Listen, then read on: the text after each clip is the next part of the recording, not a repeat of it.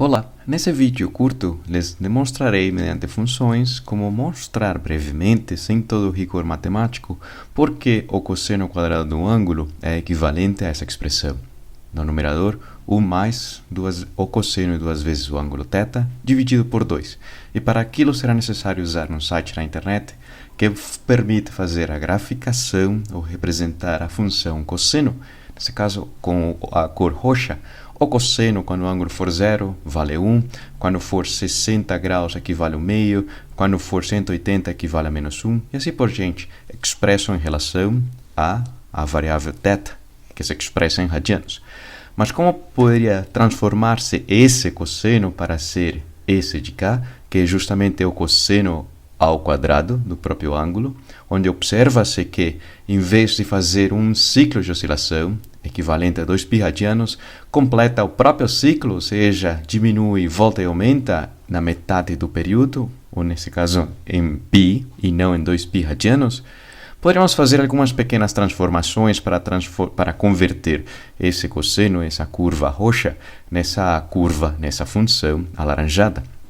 E nesse caso, observa-se que o alaranjado oscila entre 0 a 1, ou seja, tem uma amplitude que é justamente a metade da amplitude da função cosseno, que irá de menos 1 para 1, implicando que seja um tamanho completo de variação equivalente a 2.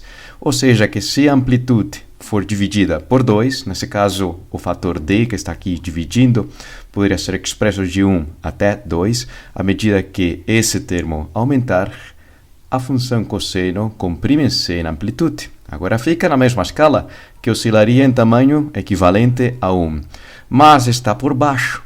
Se poderíamos elevá-lo um pouco para cima, todos os valores que estão na função roxa agora são negativos e positivos, mas oscilará entre menos 1/2 até 1/2. E se acrescenta-se o termo a, que seria de 0 a 1, ou seja, um acréscimo até no máximo de uma unidade, observaria-se como eleva-se a própria função. Agora sim, tem a mesma altura.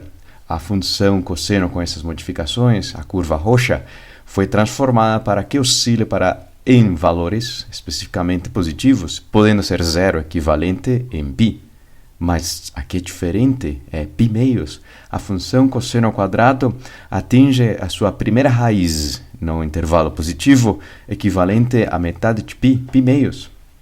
Aqui haveria que fazer algo com uma modulação no seu período, que não faça o ciclo completo em 2π, senão na metade. E para isso haverá que acelerar, de alguma forma modificar a sua frequência, ou seja, que esse valor de π seja equivalente a 2π, ou seja, que quando seja avaliada em π meios, seria equivalente a avaliar em π, e quando seja avaliada em π, seja equivalente a 2π.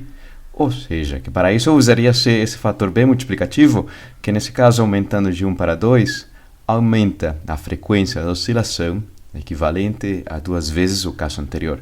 Dessa forma, teria-se que, modificando a função cosseno mediante esses três termos, sendo d dividido por 2, a o acréscimo equivalente a 1, e o termo que multiplica x, um fator de escala na sua modulação, na oscilação equivalente a 2, tem-se como mostrar facilmente, sem todo o rigor matemático, porque essa fórmula está certa, ou poderia usar-se depois na disciplina de cálculo.